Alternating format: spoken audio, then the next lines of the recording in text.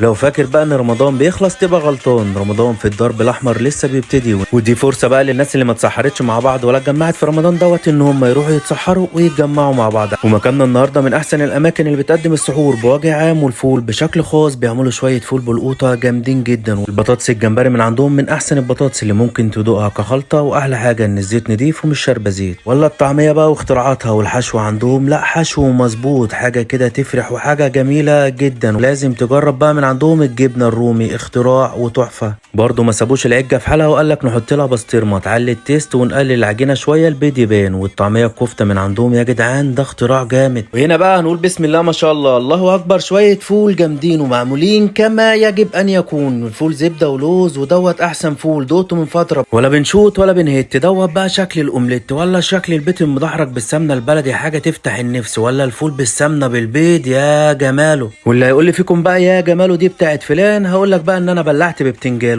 في نهايه الفيديو حابب اقول لكم ما تنساش تصلي على النبي وتدوس لايك. والمكان دوت اسمه اولاد الفيوم في الدرب الاحمر عند سكه حوش شرقاوي. والله تسلم ايده، والله تسلم ايده. 10 على 10 الله يبارك لك. احنا بنجيبه اخر الدنيا، خلي بالك. حلو. احلى اسلام، احلى طعم، احلى اماكن في منطقه هنا الدرب الاحمر، القاهره الفاطميه يا ريس.